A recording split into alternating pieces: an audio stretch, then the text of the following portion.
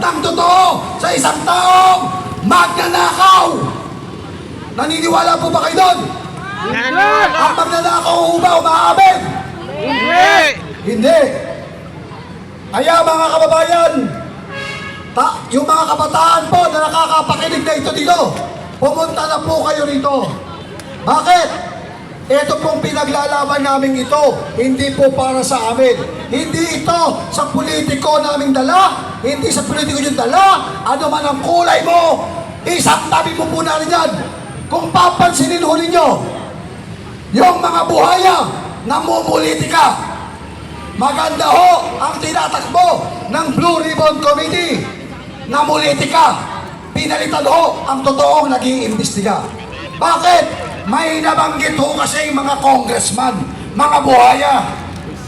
Oh, nung napalitan, ang sabi ni Soto, hindi daw siya aso. Anong ginawa niya? Maliwanag ho mga kababayan.